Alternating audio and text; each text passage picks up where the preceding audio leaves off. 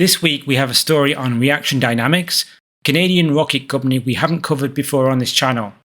They're set to launch a hybrid rocket from Australia in 2025.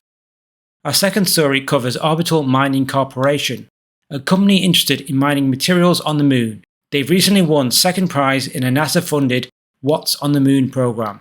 Our third segment highlights Varda Space, who've obtained approval for their capsule's re-entry and landing in Australia. Lastly, we bring you the latest updates from Axiom Space.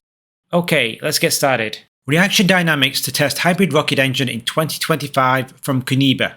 Canadian aerospace firm Reaction Dynamics is gearing up for a maiden voyage of its RE-102 hybrid rocket engine, integrated into the Aurora vehicle, scheduled for 2025. This suborbital journey will lift off from South Australia's Kuniba test range, aiming to reach an altitude of 125 kilometers. That's approximately 77 miles, with the goal of testing the engine's capabilities in the vacuum of space. While other startup space companies like HyImpulse are also developing hybrid rocket technology, none have yet achieved a space launch. This mission is a collaborative effort with Southern Launch. The mission will launch from the mid-range launch rail at Kuniba. Now, moving on to our next feature about a company with ambitions to extract resources from the Moon. Orbital Mining Corporation wins second prize for the NASA What's on the Moon challenge.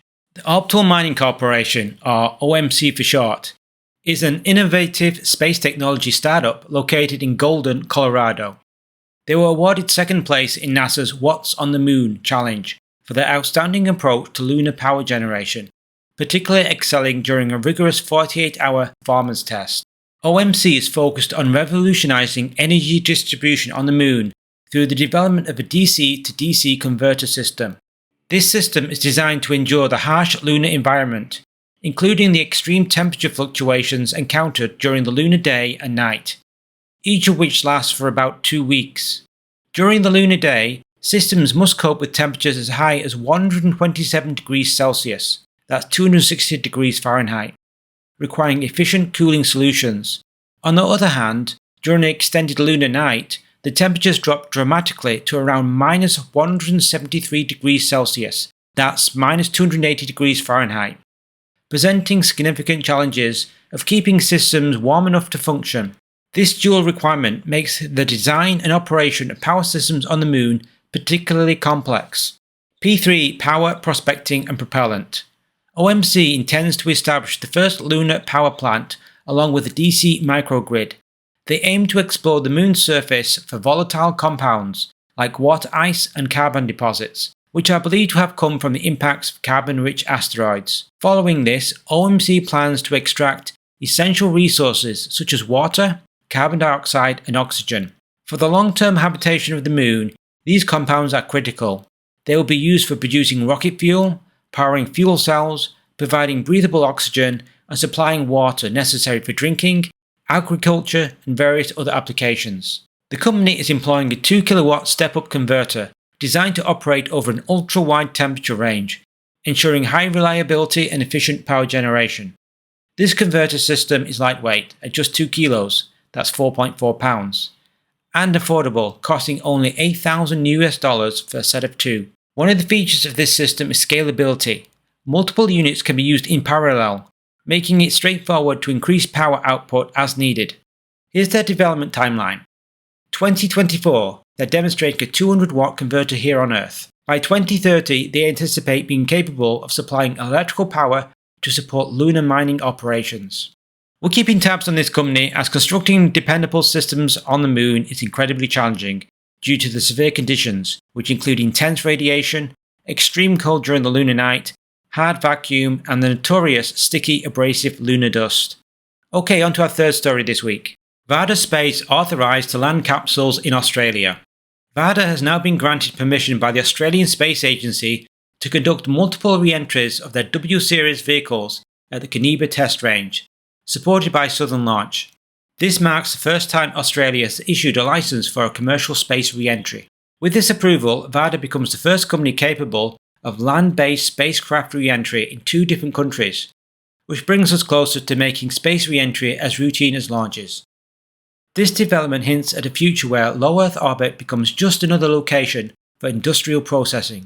Previously, Varda successfully landed its initial capsule in the Utah desert in the United States, though obtaining the re-entry license from the FAA was a lengthy process due to precision landing concerns. Australia, with its vast, sparsely populated areas, offers an easier setting for such activities, potentially simplifying the licensing process for Varda, and possibly setting the stage for all their future capsule landings. Okay, onto our final story this week. Axiom Space updates. The commercial Axiom station is set to feature a cupola, similar to that on the International Space Station, offering breathtaking views of Earth and space. Although its design is visually stunning, Peggy Whitson, a former NASA astronaut now with Axiom, has highlighted some more practical concerns regarding the design. She said, "As someone who has lived on the space station, I tried to convey my experience to our Axiom space engineers in an effort to keep a balance between aesthetics and practicality while building the new space station. They came to me with a beautiful, intricate handrail design. I told them I wouldn't want to clean that. There would be no way to disinfect all the little holes. I'm all for a pretty design, but that can outweigh efficiency." In other Axiom space news, the Axiom 3 mission visited Thales Alenia in Italy, where the Axiom space module is being built.